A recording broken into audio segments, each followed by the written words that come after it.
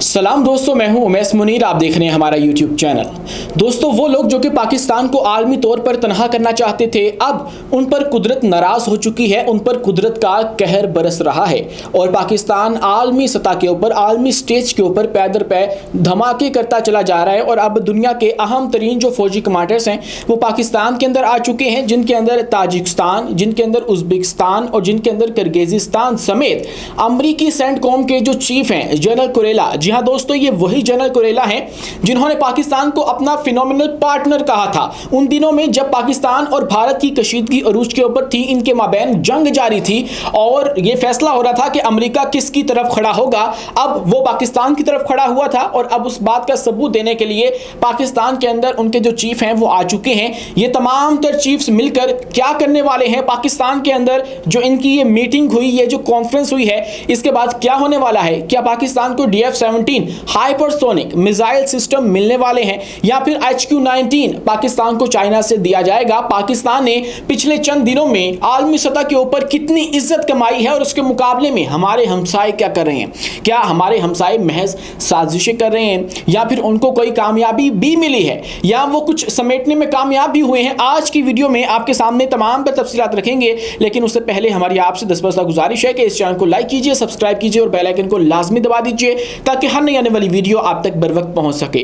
तो दोस्तों, आपको पता होगा कि जिस तरह से पाकिस्तान ने रिसेंटली परफॉर्म किया है वो आउटस्टैंडिंग है। मतलब China and America have been engaged at the same time. एक म्यान के अंदर दो तलवारें, दो सुपर पावर्स मौजूद हैं और पाकिस्तान उनको एक साथ लेकर चल रहा है। हमारे जो सिपह सलार हैं फील्ड मार्शल, वो रिसेंटली चाइना के दौरे के ऊपर थे और वहां पर जाकर कुछ अहम मुलाकातें की गई हैं और सेम टाइम पे हमारी जो सियासी क़यादत थी, हमारे जो वज़ीर ख़ारजा थे, वो अमेरिका के अंदर मौजूद थे। उसकी तफसीलात हमने आपके सामने रखी थी और वहां पर भी उनके जो वज़ीर ख़ारजा हैं मार्को रूबियो, उनके साथ मुलाकात की गई थी और फिर पाकिस्तान को जो है वो आप कह लीजिए कि सेंटर पॉइंट करार दिया गया था इन दोनों ममालिक के माबैन। मतलब चाइना और अमेरिका के दरमियान खड़ा है पाकिस्तान, जो कि जिसके ऊपर दोनों ममालिक खुश हैं, दोनों ममालिक मुत्तफिक हैं कि ये अमन फैलाने वाला मुल्क है। ये बात कहना दोनों ममालिक की जानिब से बजाते खुद एक एटम बम है भारत के ऊपर। वो भारत जो कि पाकिस्तान को एक दहशतगर्द डिक्लेयर करने के लिए कोशिशें कर रहा है, सरतोड़ कोशिशें कर रहा है। अमेरिका को जो है वो 12 दफा ये कन्विंस करने की कोशिश कर चुका है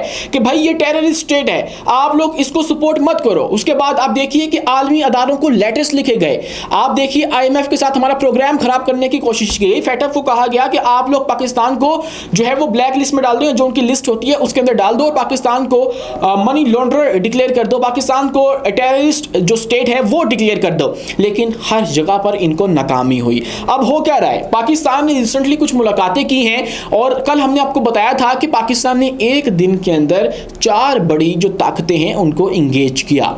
तुर्किया, सऊदी अरेबिया, अमेरिका और चाइना। और उसके बाद क्या हुआ? रात के वक्त ताजिकिस्तान से जो उनके डिफेंस मिनिस्टर हैं और उनके जनरल भी हैं वो पाकिस्तान आ गए और वो आए तो उनके साथ जो दीगर ममालिक हैं उन्होंने भी पाकिस्तान का दौरा किया। और इस दौरे के अंदर हुआ क्या कि जो हमारे यहाँ पे होती है chief of defence staff conference वो की गई, जिसके अंदर हमारी जो आला अस्करी कमान है उसने शिरकत करनी थी। ये वाली जो कॉन्फ्रेंस है वो पहले भी हुआ करती है, मतलब 2023 में ताशकंद में हुई थी, तो उसके बाद कहीं और आज 2025 को पाकिस्तान इसको होस्ट कर है और इस्लामाबाद के अंदर इसको जो है वो होस्ट किया गया, जिसके अंदर हमारे सिपह सलार फील्ड मार्शल हाफिज सईद आसिम मुनीर ने शिरकत की। और उसी के साथ दोस्तों एक और अहम तरीन जो शख्सियत थी वो थी सेंटकॉम के जनरल कुरेला। जनरल कुरेला वही शख्सियत हैं जो कि पाकिस्तान को, आपको याद होगा हमने आपको तफसील से बताया था कि कह चुके हैं कि फिनोमिनल पार्टनर है अमेरिका का और पाकिस्तान के साथ हमें ताल्लुकात को इस्तेवार रखना चाहिए। मतलब अमेरिका का एक अहम तरीन इदारा है सेंटकॉम और उसकी जानिब से अगर ये बात सामने आती है तो आप सोचिए इंतहाई अहमियत की हामिल है। और अब वो पाकिस्तान के अंदर मौजूद हैं और उनके साथ जो काज़ाकिस्तान है, किर्गिज़स्तान है, ताजिकिस्तान है, उज़्बेकिस्तान है, उनके भी जो चीफ्स हैं वो पाकिस्तान के अंदर आए हैं और हमारे चीफ के साथ उनकी एक तस्वीर जो है वो वायरल हुई है, जो कि भारत के मुंह पर एक जनाटेदार थप्पड़ है। थप्पड़ क्यों है जी? वो चाहते थे कि पाकिस्तान आलमी तौर पर तनहा हो जाए और तन्हाई का शिकार हो जाए, तमाम तर ममालिक जो है वो इंडिया की तरफ राग़िब हो जाएं। लेकिन खुदा ने जो पाकिस्तान को लोकेशन दी है पाकिस्तान को जो सलाहियत दी है, शायद उसने पाकिस्तान को भारत से मुनफरिद कर दिया और तमाम तर तवज्जो जो है वो पाकिस्तान समेटने में कामयाब हो चुका है। अब इस कॉन्फ्रेंस का जो एजेंडा है उसको अगर हम डिस्कस करें तो वो ये था कि इंसदाद दहशतगर्दी के खिलाफ बंद बांधा जाए और मुश्तरका तरबियती प्रोग्राम के अंदर जो है ये तमाम तर ममालिक शिरकत करें। मतलब कोई ऐसा प्रोग्राम रखा जाता है जिसके अंदर हमने अपनी फोर्सेस के जो जवान हैं उनको ट्रेन करना है, तो उसके अंदर ये जो सेंट्रल एशियन कंट्रीज हैं ये भी शिरकत करें, पाकिस्तान भी करे और अमेरिका भी करे। इसके साथ ही जो इलाकाई इस्तेहकाम है उसको मेंटेन किया जा सके, साइबर सिक्योरिटी को जो है वो उसके अंदर ताउन को बढ़ाया जाए और हाइब्रिड थ्रेट्स के खिलाफ इश्तराक जो है इसका मकसद रहा। और इसके बाद ये पाकिस्तान के अंदर जो हुआ उसके अंदर बहुत सी डेवलपमेंट जो हैं वो मजीद भी सामने आएंगी। लेकिन एक और जो बात चल रही है इस वक्त सोशल मीडिया की रिपोर्ट है उस पर जरा तबसरा कर लेते हैं और वो ये है कि DF-17 दोस्तों ये हाइपरसोनिक बैलिस्टिक मिसाइल्स हैं जो कि कहा जा रहा है कि पाकिस्तान को मिल सकते हैं चाइना के दौरे के बाद, क्योंकि हमारे फील्ड मार्शल जब से वहां पे गए हैं तो कुछ खबरें गर्दिश कर रही हैं। उससे पहले एक चाइनीज सोर्स ने बताया था कि पाकिस्तान के अगले साल तक जो है पाकिस्तान के अंदर HQ-19 नस्ब कर दिया जाएगा, उसको ऑपरेशनल कर दिया जाएगा। तो फिर यह भी तस्वुर किया गया कि जो हमारे फील्ड मार्शल चाइना के अंदर मौजूद हैं वहां से HQ-19 के हवाले से अच्छी खबर आ सकती है। लेकिन अब खबरें ये हैं कि जिन्हीं सोर्स ने हमें यह बताया था कि J-35 पाकिस्तान को मिलने वाले हैं, ये दिफाई निज़ाम मिलने वाले हैं, अवैक्स सिस्टम मिलने वाला, नए मिसाइल मिलने वाले हैं, उन्हीं सोर्स की जानिब से कुछ अर्सा पहले यह भी बताया गया था कि DF-17 जो कि आप यूं समझ लीजिए कि हाइपरसोनिक मिसाइल हैं वो भी पाकिस्तान को दिए जाएंगे। अब उनके हवाले से कहा जा रहा है कि चूंकि हमारे फील्ड मार्शल बजाते खुद वहां पे गए हैं और उनकी अफवाज से भी मुलाकात की गई है तो हो सकता है इसके ऊपर भी पेशरफ्त जो है वो देखने को मिले। दोस्तों अगर हम इसकी तफसीलात की बात करें तो ये जो मिसाइल है ये मैक 6 से मैक 10 तक की स्पीड रखता है, मतलब आवाज़ की रफ्तार से 6 गुना से लेकर 10 गुना तक ज़्यादा इसकी जो रफ्तार है वो तस्वुर की जाती है। रफ्तार और रास्ता दोनों नाकाबिले पेशगोई होते हैं, अनप्रेडिक्टेबल होते हैं और जिसकी वजह से इसे रोकना बहुत ज़्यादा मुश्किल हो जाता है।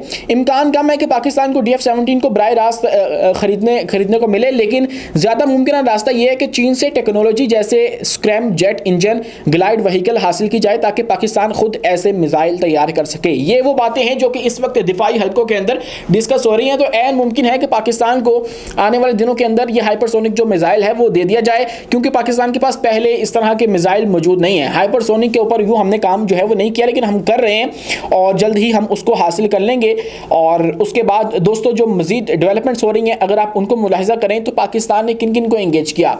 चाइना के अंदर गए, वहाँ पर हमें जो है वो अमन की इलामत करार दिया गया। उसके बाद तुर्की के साथ भी हमारा एक तारीखी मामला हुआ है, एक तारीखी सिटिंग हुई है और वो कुछ यूँ है कि हमने मुश्तरका सिक्योरिटी जो कौंसिल है उसका इजलास बुलाया और तुर्की के अहम तरीन लोगों ने, एक अहम वफ्द ने शिरकत की और पाकिस्तान ने भी उसके अंदर जो है वो हिस्सा लिया। इन दोनों ममालिक के दरमियान ये एक बहुत बड़ी पेशरफ थी जो कि पहली दफ़ा हुई।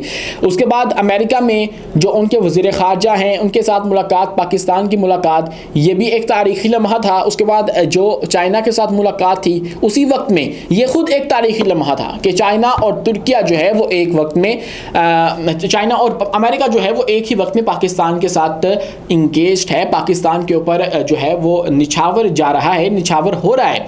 और आप देखिए इसके हमसाए जो हैं इसके मुकाबले में वो क्या कर रहे हैं, वो साजिशें तो कर ही रहे थे लेकिन अब उनके अपने अंदर फूट है।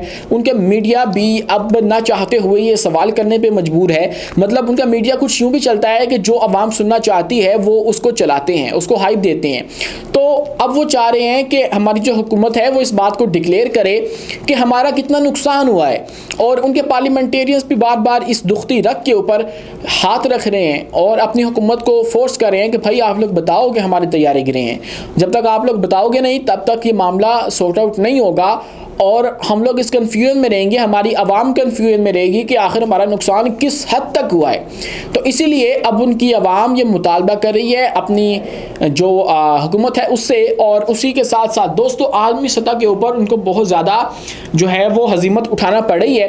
एक तो अब देखिए जब से ये हुआ 9 और 10 मई वाला मार्का हक हुआ उसके बाद से ना इनको किसी ने बुलाया ना ये कहीं पर गए, जाते भी हैं तो वहाँ से बेइज्जती समेट कर वापस आ जाते हैं। इनके दफाई मुआहदे कैंसिल हो रहे हैं। आकाश जो इनका एयर डिफेंस सिस्टम था, ब्राज़ील के साथ इन्होंने उसको सेल आउट करना था, डील बनाई हुई थी, वो कैंसिल हो गई और इस बात पे हुई कि इनका जो मिसाइल सिस्टम है वो एक्यूरेट नहीं है, वो निशाना ठीक जगह पर नहीं लगाता है। उसके बाद उन्होंने किसी और मिसाइल सिस्टम के ऊपर जो है वो रिलाई कर लिया। तो ये इस तरह के मामला इनके चल रहे हैं। पाकिस्तान के खिलाफ तमाम तर जो साजिशें हैं वो नाकाम हो चुकी हैं। इसको आप पाकिस्तान की खुशकिस्मती कहें या कुदरत का साथ कहें, आप कुछ भी कह सकते हैं, लेकिन यही हकीकत है। आज के लिए इतना ही। अपने मेज़बान उमैस मुनीर को दीजिए इजाज़त। मिलते हैं अगली वीडियो में किसी नई मालूमात के साथ। शुक्रिया, अल्लाह हाफिज़।